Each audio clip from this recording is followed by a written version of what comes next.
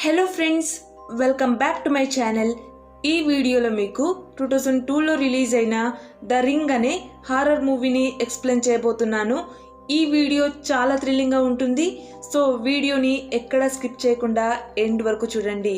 అంతకన్నా ముందు మీరు కనుక మన ఛానల్కి ఫస్ట్ టైం విజిట్ అయినట్టయితే దయచేసి సబ్స్క్రైబ్ చేసి నాకు సపోర్ట్ చేయండి ఫ్రెండ్స్. ఈ మూవీ ఓపెనింగ్ సీన్లో ఇద్దరు అమ్మాయిల్ని చూస్తాము. వాళ్ళ పేర్లు వచ్చేసి కేటీ అలాగే బెకా. వీళ్ళిద్దరూ కర్సైన ఒక టేప్ గురించి మాట్లాడుతూ ఉంటారు. అప్పుడు బెకా కేటీకి ఇలా చెప్తుంది, ఒక కర్సైన టేప్ ఉంది, దాన్ని ఎవరైనా ప్లే చేసి చూస్తే వాళ్ళు 7 రోజుల్లో చనిపోతారు. అలాగే ఆ టేప్ ని చూసిన వెంటనే వాళ్లకు ఒక కాల్ వస్తుంది. దాన్ని రిసీవ్ చేసినప్పుడు దాంట్లో ఒక చిన్న అమ్మాయి వాయిస్ వినిపిస్తుంది. దాంట్లో ఆమె 7 డేస్ అని చెప్తుంది అని బెకా కేటీకి చెప్తుంది. అప్పుడు కేటీ, నేను ఒక వారం రోజుల క్రితమే నా బాయ్ ఫ్రెండ్ అలాగే నా ఫ్రెండ్స్ తో పాటు ఆ టేప్ ని రిసార్ట్ లో చూశాను. అయితే నాకేమీ కాలేదు.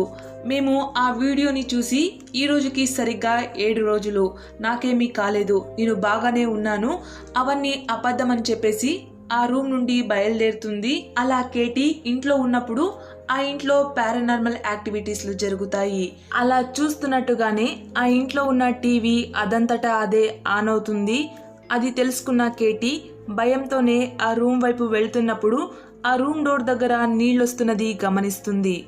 అలా ఆ రూమ్ దగ్గరికి వెళ్లి టీవీని చూసినప్పుడు ఒక ఈవిల్ ఫేస్ నుండి కేటీ గట్టిగా అరుస్తుంది. అప్పుడు సీన్ చేంజ్ అవుతుంది. ఈ సీన్ లో మనం స్కూల్లో డ్రాయింగ్ గీస్తున్న ఏడెన్ అనే అబ్బాయిని చూస్తాము. అప్పుడు అతన్ని తీసుకుని వెళ్ళడానికి అతని అమ్మైన రేచల్ అనే ఆమె అక్కడికి వస్తుంది.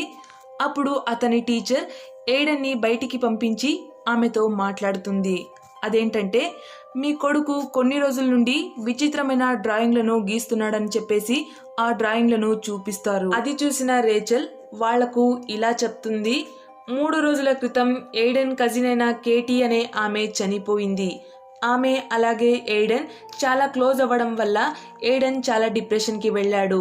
అందువల్లనే ఇలాంటి డ్రాయింగ్లను గీస్తున్నాడని చెప్తుంది. ఫ్రెండ్స్, ఈమె చెప్పిన కేటీ మరి ఎవరో కాదు, ఆమె మూవీ ఓపెనింగ్ సీన్ లో ఈవిల్ ఫేస్ నుండి అరిచిన అదే కేటీ.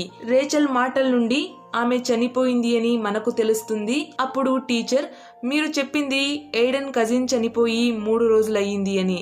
అయితే ఎయిడెన్ ఇలాంటి డ్రాయింగ్లను గీస్తున్నది 1 వారం నుండి అని చెప్తారు. ఈ మాటల్ని విన్న రేచల్ కి చాలా షాక్ అవుతుంది.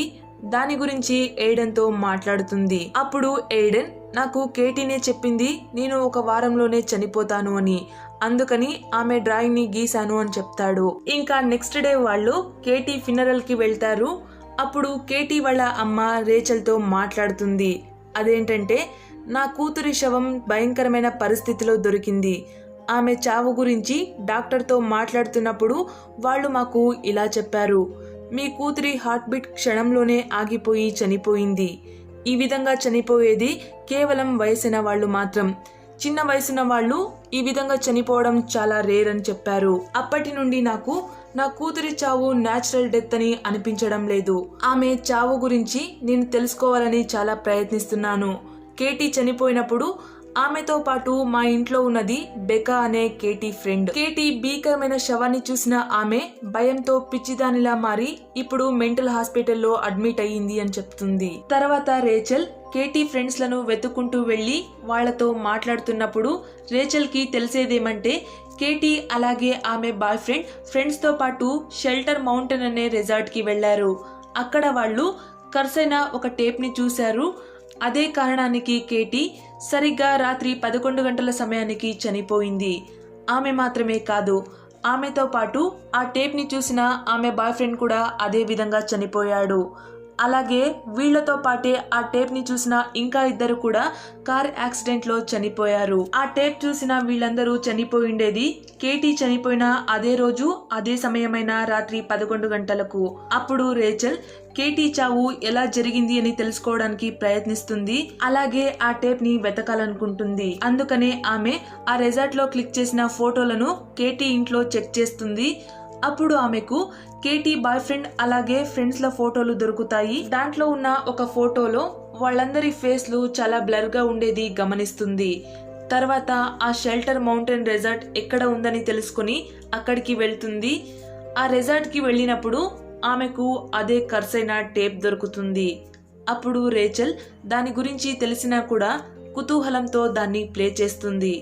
అప్పుడు ఆమెకు కొన్ని క్రిపీ క్లిప్స్లు, ఒక మహిళ, అలాగే చాలా డిస్టర్బింగ్ అయిన క్లిప్స్లు వచ్చి వీడియో ఎండ్ అవుతుంది. అలా ఆ వీడియో స్టాప్ అయిన వెంటనే అక్కడున్న టెలిఫోన్ కి కాల్ వస్తుంది. దాంట్లో మాట్లాడిన ఒక చిన్న అమ్మాయి వాయిస్ 7 days అని చెప్తుంది. దాన్ని విన్న రేచల్ కి చాలా భయం వేస్తుంది. ఇంకా నెక్స్ట్ డే మార్నింగ్ రేచల్ తన ఫ్రెండ్ అయిన నోవా అనే అతన్ని మీట్ అయ్యి అతనికి జరిగిన విషయాలన్నీ చెప్తుంది. అయితే నోవా ఈమె మాటల్ని నమ్మడు. అప్పుడు రేచల్ తనే క్లిక్ చేసుకున్న ఫోటోలను చూపిస్తుంది. దాంట్లో ఆమె ఫోటోలన్నీ బ్లర్ అయి ఉంటాయి. అప్పుడు నోవా నేను ఆ టేప్ ని చూడాల్సిందే అని దాన్ని తీసుకుని ఆ కర్సైన టేప్ ని ప్లే చేస్తాడు. అప్పుడు నోవా దాంట్లో వచ్చిన డిస్టర్బింగ్ క్లిప్స్ లను చూసిన వెంటనే అతనికి కాల్ వస్తుంది. అయితే నోవా ఆ ఫోన్ కాల్ కి ఆన్సర్ చేయడు. తర్వాత రేచల్ ఆ టేప్ ని ఒక కాపీ చేస్తుంది. దాని నుండి ఆ టేప్ ని ఎవరు క్రియేట్ చేశారని తెలుసుకోవడానికి ప్రయత్నిస్తుంది. అయితే ఆ టేప్ ని ఎవరు క్రియేట్ చేశారని తెలిసి రాదు. అప్పుడు రేచల్ బెకాని చూడటానికి మెంటల్ హాస్పిటల్ కి వెళ్తుంది. ఆమెను మీట్ అయ్యి కేటీ ఎలా చనిపోయింది అని అడుగుతుంది. అప్పుడు ఆమె రేచల్ ని చూస్తూ ఆమె ఇంకా నీ దగ్గరికి రాలేదు, ఇంకా 4 రోజుల తర్వాత నిన్ను తీసుకుని వెళ్తుంది అని చెప్తుంది. తర్వాత రేచల్ ఆ వీడియో టేప్ ని స్లోగా చూస్తుంది. అప్పుడు ఆమెకు దాంట్లో ఒక లైట్ హౌస్ కనిపిస్తుంది. దాన్ని ఆమె ప్రింట్అవుట్ తీసుకుంటున్నప్పుడు రేచల్ ముక్కు నుండి రక్తం వస్తుంది. దాని గురించి అంతగా పట్టించుకొని రేచల్ ఆ లైట్ హౌస్ గురించి సెర్చ్ చేస్తుంది. అప్పుడు ఆమెకు ఆ లైట్ హౌస్ మాయిస్ ఐలాండ్ లో ఉంది అని తెలుస్తుంది. దాని గురించి రేచల్ గూగుల్లో సెర్చ్ చేస్తుంది.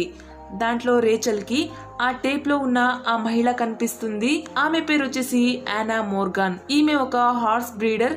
అలాగే కొన్ని సంవత్సరాల క్రితమే ఈమె సూసైడ్ చేసుకుని చనిపోయి ఉంటుంది. ఈమె చనిపోవడానికి కారణం ఏంటంటే ఈమె పెంచిన గుర్రాలకు ఒక విచిత్రమైన వ్యాధి సోకి సముద్రపు తీరంలో చనిపోతుంటాయి. దాని నుండి చాలా బాధపడిన యానా సూసైడ్ చేసుకుని చనిపోయి ఉంటుంది. ఇక్కడ విచిత్రం ఏంటంటే ఈమె చనిపోయిన నెక్స్ట్ డే నుండినే వాళ్ళు పెంచిన అన్ని గుర్రాలు నార్మల్ గా ఆ వ్యాధి నుండి రికవర్ అవుతాయి.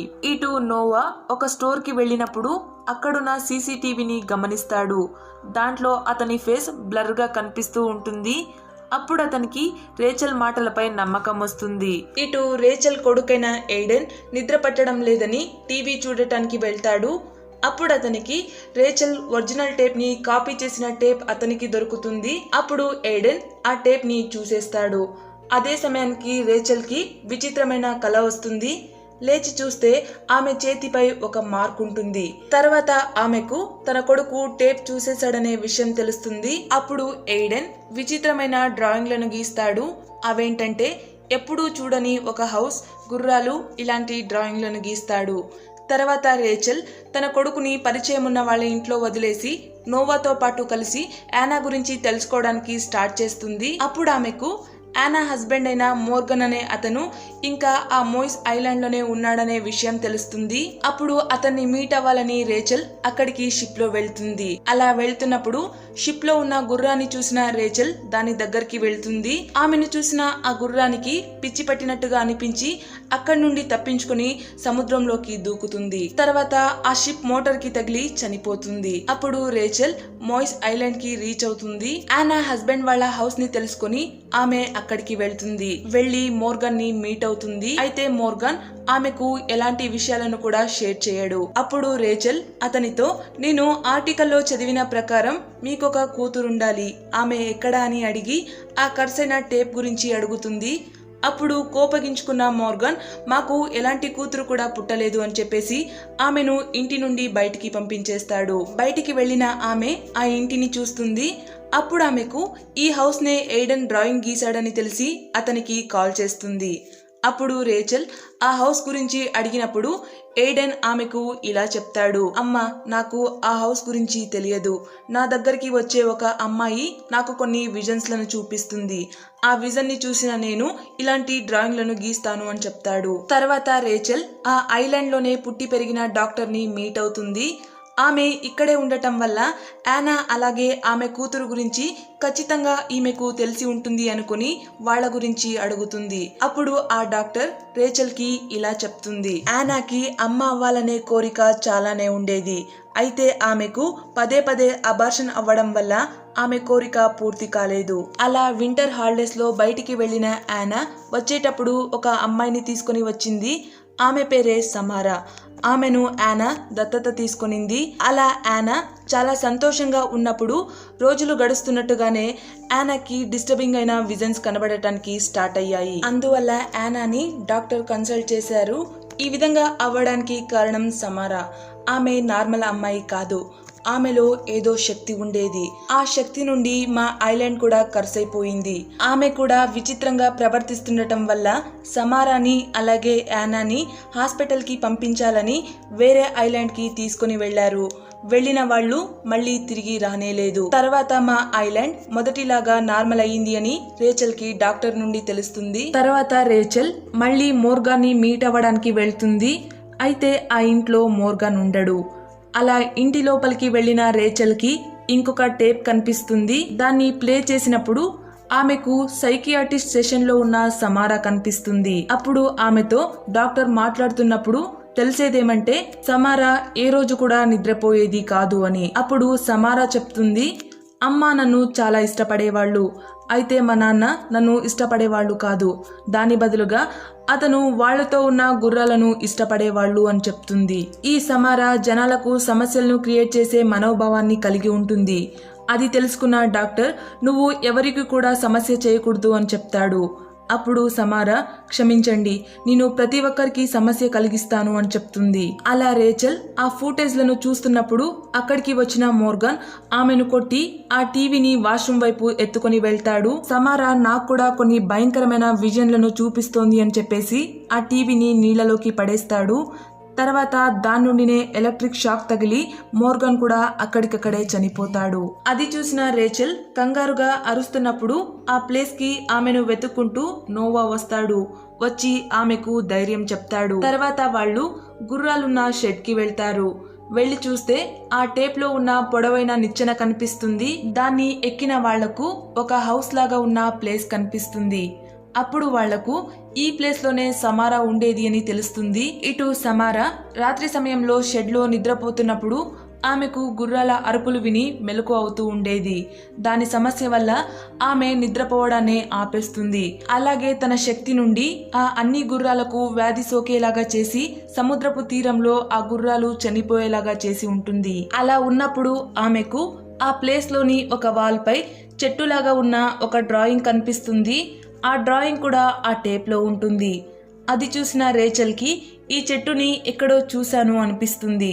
అప్పుడు ఆమెకు ఇదే చెట్టు షెల్టర్ మౌంటైన్ డెజర్ట్ ముందుందని తెలిసి అక్కడికి వెళ్తుంది. అక్కడికి వెళ్లిన వాళ్లకు ఎలాంటి క్లూ కూడా దొరకదు. అప్పుడు రేచల్ ఈ రోజు 7వ రోజు, ఈ రోజే నేను చనిపోతానని నోవాకి చెప్తుంది. ఆ మాటల్ని విన్న నోవా చాలా బాధపడుతూ అక్కడున్న వస్తువులన్నీ కిందకు పడేస్తాడు. అలాగే నోవా అక్కడున్న మార్బల్స్ లను బ్రేక్ చేసినప్పుడు ఆ మార్బల్స్ అన్ని అసాధ్యమన్నట్టుగా ఒక ప్లేస్ లో ఆగుతాయి. అప్పుడు వాళ్లకు ఆ ప్లేస్ లో ఏదో ఉందని తెలిసి ఆ ఫ్లోర్ ని పగలగొడతారు. అలా చేయడం వల్ల వాళ్లకు అక్కడే ఒక బావి కనిపిస్తుంది. దాని దగ్గరికి వెళ్లి దానికి క్లోజ్ చేసిన రాయిని తీస్తారు. అప్పుడు ఆ ప్లేస్ లో కొన్ని విచిత్రమైన సంఘటనలు జరుగుతాయి. అలా చూస్తున్నట్టుగానే అక్కడున్న టీవీ రేచల్ పై పడటం వల్ల రేచల్ ఆ బావిలోకి పడిపోతుంది. అప్పుడు నోవా ఆమెను కాపాడుకోవడానికని చెప్పేసి రోప్ తీసుకుని రావడానికి వెళ్తాడు. ఈ సమయంలో బావిలో ఉన్న రేచల్ కి మనిషి నెయిల్ కనిపిస్తుంది. అలా భయంతో చూస్తున్నప్పుడు ఆమె చేతిని సమారా పట్టుకుంటుంది. అప్పుడు సీన్ ఫ్లాష్ బ్యాక్ కి వెళ్తుంది. దాంట్లో సమారా అదే బావి దగ్గర నించుని ఉంటుంది. అప్పుడు ఆమె వైపు మెంటలీ స్టేబుల్ గా లేని యానా వెళ్తుంది. వెళ్లి సమారా ముఖానికి ప్లాస్టిక్ కవర్ వేసి ఊపిరి బిగించి బావిలోకి నెట్టేస్తుంది. తర్వాత ఆ రాయిని క్లోజ్ చేసేస్తుంది. అయితే సమారా బావి లోపల చనిపోయి ఉండదు, ఆమె ఇంకా బ్రతికే ఉంటుంది. దాని నుండి బయటికి రావడానికి అవ్వక సమారా 7 రోజుల పాటు నరకాన్ని అనుభవిస్తూ తర్వాత ఆ బావిలోనే చనిపోతుంది. ఇలాంటి విజన్స్ లను చూసిన రేచల్ కి సమారా శవం దొరుకుతుంది. అదే సమయానికి అక్కడికి నోవా వస్తాడు. అయితే ఆ శవాన్ని చూసినప్పుడు ఆ శవం పూర్తిగా కరిగిపోయి అస్థిపంజరంగా మారిపోయి ఉంటుంది. విచిత్రం ఏంటంటే రేచల్ ఈ రోజు చనిపోవాల్సింది. ఆమె టైం కంప్లీట్ అయినా కూడా ఆమె ఇంకా బ్రతికే ఉంటుంది. అలాగే ఆమె చేతిలో ఉన్న గాయమైన మార్క్ కూడా వెళ్లిపోయి ఉంటుంది. అప్పుడు అక్కడికి పోలీసులు వచ్చి రేచల్ ని బయటికి తీసుకుని వస్తారు. అలాగే సమారా దేహాన్ని సమాధి చేస్తారు. తర్వాత రేచల్ అలాగే నోవా సమారా ప్రాబ్లం ఈ రోజుకి అంతమయ్యింది అని చాలా సంతోషపడతారు. ఇంకా నెక్స్ట్ డే ఎయిడెన్ వైపు చాలా సంతోషంగా వెళ్లిన రేచల్, మేము ఆ టేప్ లో ఉన్న అమ్మాయికి సహాయం చేశాము, ఆమె నుండి ఎవరికి కూడా సమస్య జరగదు అని చెప్తుంది. అప్పుడు చాలా కంగారు పడిన ఎయిడెన్, మీరెందుకు ఆమెకు హెల్ప్ చేశారు, ఆమె నిద్రపోదు, అలాగే జనాలకు సమస్య చేయడం కూడా ఆపదు అని చెప్తాడు. అప్పుడు ఆమెకు ఎయిడెన్ చేతిలో ఉన్న గాయపు మార్క్ కనిపిస్తుంది. అప్పుడు రేచల్ కి సమారా ఈవిల్ ఎంటిటీ ఇంకా వెళ్లలేదు అని తెలుస్తుంది. అప్పుడు వెంటనే రేచల్ నోవాకి కాల్ చేస్తుంది. ఎందుకంటే ఈ రోజు నోవా చివరి రోజైన ఆ 7వ రోజు. అప్పుడు ఆఫీస్ లో ఉన్న నోవా రేచల్ ఫోన్ కాల్ ని రిసీవ్ చేయడు. అప్పుడు రేచల్ అతని ఆఫీస్ వైపు వెళ్తుంది. ఇటు నోవా ఉన్న ఆఫీస్ లో టీవీ అదంతటా అదే ఆన్ అవుతుంది. దాన్ని ఆఫ్ చేసినప్పుడు మళ్ళీ ఆన్ అయిన ఆ టీవీలో వాళ్ళు చూసిన అదే బావి కనిపిస్తుంది. అలా భయంతో చూస్తున్నప్పుడు దాంట్లో నుండి సమారా వస్తుంది. అలా వచ్చి అసాధ్యమన్నట్టుగా టీవీ నుండినే బయటికి వస్తుంది. వచ్చి చాలా భయపడిపోయిన నోవాని చంపేస్తుంది. ఇటు రేచల్ ఆఫీస్ కి వెళ్ళినప్పుడు భీకరమైన నోవా శవం కనిపిస్తుంది. దాని నుండి చాలా భయపడిపోయిన రేచల్ తన ఇంటికి వెళ్తుంది. సమారా స్పిరిట్ తననెందుకు చంపలేదు అని ఆలోచిస్తుంది. అప్పుడు ఆమెకు అక్కడే పడి ఉన్న ఒరిజినల్ టేప్ కాపీ కనిపిస్తుంది. దాన్ని నోవాకి చూపించాలనే రేచల్ దాన్ని రెడీ చేసి ఉంటుంది. ఈ కాపీ టేప్ ని తన కొడుకైన ఎయిడెన్ చూశాడని తెలిసి రేచల్ కి ఒక విషయం అర్థమవుతుంది. అదేంటంటే మనం ఈ ఒరిజినల్ టేప్ ని చూసి తర్వాత వేరే వాళ్లకు కాపీ టేప్ ని చూపిస్తే సమారా నుండి తప్పించుకోవచ్చు అని తెలుస్తుంది. నోవాకి ఈ విషయం తెలిసి ఉంటే అతను ఈ టేప్ ని తన చేతుల నుండినే కాపీ చేసి వేరే వాళ్లకు చూపించి ఉంటే అతను కూడా బ్రతికేవాడు. ఈ విషయం అర్థం చేసుకున్న రేచల్ తన కొడుకు చేతుల నుండినే ఆ టేప్ ని కాపీ చేయిస్తుంది. అప్పుడు ఎయిడెన్, అమ్మ ఈ కాపీ అయిన టేప్ ని ఎవరికి చూపించేది అని అడుగుతాడు. అప్పుడు రేచల్ దాని గురించి ఆలోచిస్తూ కూర్చుంటుంది. ఇక్కడితో ద రింగ్ మూవీ ఎండ్ అవుతుంది. ఫ్రెండ్స్, ఈ మూవీలో సమారా అనుభవించిన కష్టాలను అలాగే తను బావిలో పడ్డ నరకాన్ని ప్రపంచానికి తెలిసేలాగా చేయడానికి ఆ టేప్ ద్వారా ప్రయత్నించి ఉంటుంది. ఎవరైతే ఆ టేప్ ని కాపీ చేసి వేరే వాళ్ళు చూసేలాగా చేస్తారో అప్పుడు సమారా స్పిరిట్ వాళ్లను స్కిప్ చేసి ఆ కాపీని చూసే వాళ్లను టార్గెట్ చేస్తుంది. వాళ్ళు కూడా ఆ టేప్ ని కాపీ చేసి వేరే వాళ్లకు చూపిస్తే వాళ్ళు కూడా బ్రతుకుతారు. అలా ఆ టేప్ అందరికీ చేరేలాగా సమారా స్పిరిట్ చైన్ లింక్ ని క్రియేట్ చేసి ఉంటుంది. సో ఇక్కడితో ఈ మూవీ అనేది ఎండ్ అవుతుంది. అలాగే ఈ మూవీ యొక్క సెకండ్ పార్ట్ కూడా ఉంది. దాన్ని మా ఛానల్లో ఎక్స్ప్లెయిన్ చేయబోతున్నాను. తప్పకుండా చూడండి. Thank you.